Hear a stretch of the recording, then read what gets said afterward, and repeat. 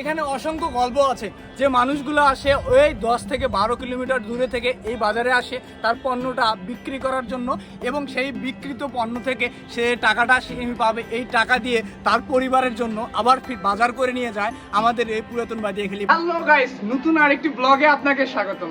আজকে আমি শেয়ার করতে যাচ্ছি আমাদের পুরাতন বাদিয়াখালী বাজার।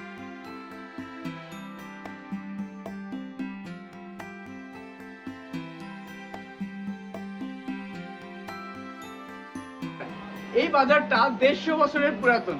আজ থেকে 150 বছর আগে এই সময়কালের যে জমিদাররা ছিল, এই জমিদাররা এই বাজারটা তৈরি করে। পার্শ্ববর্তী এলাকা থেকে মানুষজন আমাদের এই পুরাতন বাদিয়াখালী বাজারে আসতো এবং তাদের ব্যবহারিক যে পণ্য সেটা ক্রয় এবং বিক্রয় করতো আমাদের এই বাজারে। 1964 সালে এই বাজারটা পাকিস্তান সরকার তাদের নিজস্ব তত্ত্বাবধানে নিয়ে নেয় এবং সকল কার্যক্রম সেই সরকার থেকে পরিচালিত হয়। আমাদের এই পুরাতন বাদিয়াখালী বাজারটি কয়েকটি স্তরে বিভক্ত করা।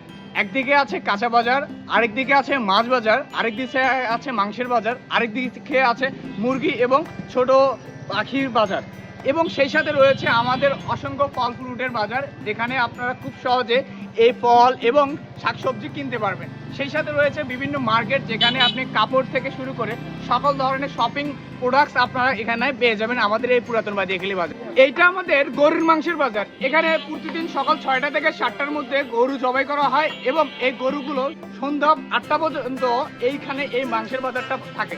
একদম পিওর এবং অথেন্টিক মাংস আমাদের এই পুরাতন বাদিয়াখালীতে পাওয়া যাচ্ছে। এইটা আমাদের মাছ বাজার। এইখানে দূর দূরান্ত থেকে মাছের গাড়ি এখানে আসে, ময়মনসিংহ থেকে আসে, নওগাঁ থেকে আসে, বগুড়া থেকে আসে, বিভিন্ন আশেপাশের যে জেলাগুলো আছে সেই জেলা থেকে আমাদের এই মাছ বাজারে প্রতিনিয়ত এই মাছগুলো আসে। এখানে অনেক বাইরে থেকে মানুষ আসে যারা তার প্রতিনিয়ত টাটকা মাছ এই বাজার থেকে তারা সংগ্রহ করে। এইখানে ইলিশ থেকে শুরু করে নদীর যে দেশীয় মাছগুলো পাওয়া যায় সেই মাছগুলো আমাদের এই মাছ বাজারে পাওয়া যাচ্ছে। এইটা আমাদের চালের বাজার। এইখানে অনেক ধরনের চাল আমাদের এই বাজারে পাওয়া যায়। এখানে গাঞ্জিয়া থেকে শুরু করে আটা, 29, অনেক দেশীয় চাল, অনেক বিদেশি চাল, অনেক ধরনের চাল আমাদের এই বাদিয়াখালী বাজারে পাওয়া যাচ্ছে। এবং এই চালগুলো বিভিন্ন জায়গা থেকে, গ্রাম্য কৃষক থেকে আসে, আবার অসংখ্য চাল আসে আমাদের দিনাজপুর থেকে, অসংখ্য চাল আসে আমাদের বগুড়ার ওই সাইডগুলো থেকে। এই বাজারে চালটা আমাদের প্রতিনিয়ত আসতেছে এবং প্রতিনিয়ত আমাদের বাজারের ব্যবসায়ীরা এই চালগুলো বিক্রি করতেছে বিভিন্ন এলাকার মানুষের কাছে।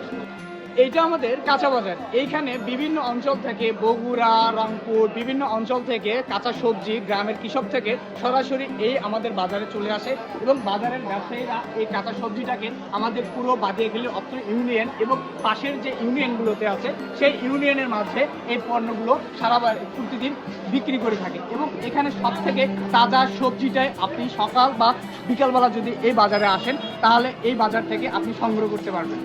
আমাদের এই পুরাতন বাদিয়াখালী বাজারে প্রতিদিন হাজার হাজার মানুষ আসে কেনাবেচা করতে, এবং প্রতিদিন এই মানুষগুলো তাদের পারিশ্রমিক এবং কাজকর্ম সবই করে আমাদের এই পুরাতন বাদিয়াখালী বাজারে। এখানে অসংখ্য গল্প আছে যে মানুষগুলো আসে ওই 10 থেকে 12 কিলোমিটার দূরে থেকে এই বাজারে আসে তার পণ্যটা বিক্রি করার জন্য, এবং সেই বিক্রিত পণ্য থেকে সে টাকাটা সে পাবে, এই টাকা দিয়ে তার পরিবারের জন্য আবার বাজার করে নিয়ে যায় আমাদের এই পুরাতন বাদিয়াখালী বাজার থেকে। এবং এই বাজারটা শুধু আমাদের ভালোবাসার জায়গা না, এই বাজারটা অসংখ্য মানুষের গল্পের জায়গা, অসংখ্য মানুষের জীবিকার জায়গা। তো আমাদের এই পুরাতন বাদিয়াখালী বাজারটা আপনাদের কাছে কেমন লাগলো? তাই আমরা প্রতিনিয়ত এই বাজারটাকে নিজেদের মতো করে আগলে রাখি, যাতে আমরা আমাদের এখানে যে মানুষগুলো আসে তাদেরকে ভালোবাসি, তারা আমাদেরকে ভালোবাসে। এভাবে এই বাজারটা যেন হয়ে গেছে একটা ভালোবাসার মঞ্চক্ষেত্র, যেখানে সবাই প্রতিনিয়ত আমরা দেখা সাক্ষাৎ করতে পারি। এইটা আমাদের বাদিয়াখালী বাজারের রবি আলী ভাইয়ের দোকান। এই দোকানে পাওয়া যাচ্ছে মচমচে ভাজা পেঁয়াজু এবং পুরি। আমি যখনই এই দোকানে আসি পেঁয়াজু খাইতে তখনই দেখি পেঁয়াজু ফুরিয়ে যায়, এবং এখনো দেখেন পেঁয়াজুর প্লেট একদম ফাঁকা। তো এই পেঁয়াজু নামবে এবং সেগুলো আমরা খাবো মচমচা। এই পেঁয়াজুর গ্রাম যেন অসাধারণ। আপনি যদি এই পুরাতন বাদিয়াখালী বাজারে কখনো আসেন তাহলে অবশ্যই এই রবি আলী ভাইয়ের পেঁয়াজির দোকানে একবার হলেও আসতে হবে। পেঁয়াজু অসাধারণ স্বাদ এবং অসাধারণ টেস্ট, যা আপনার মন ভুলিয়ে দেবে।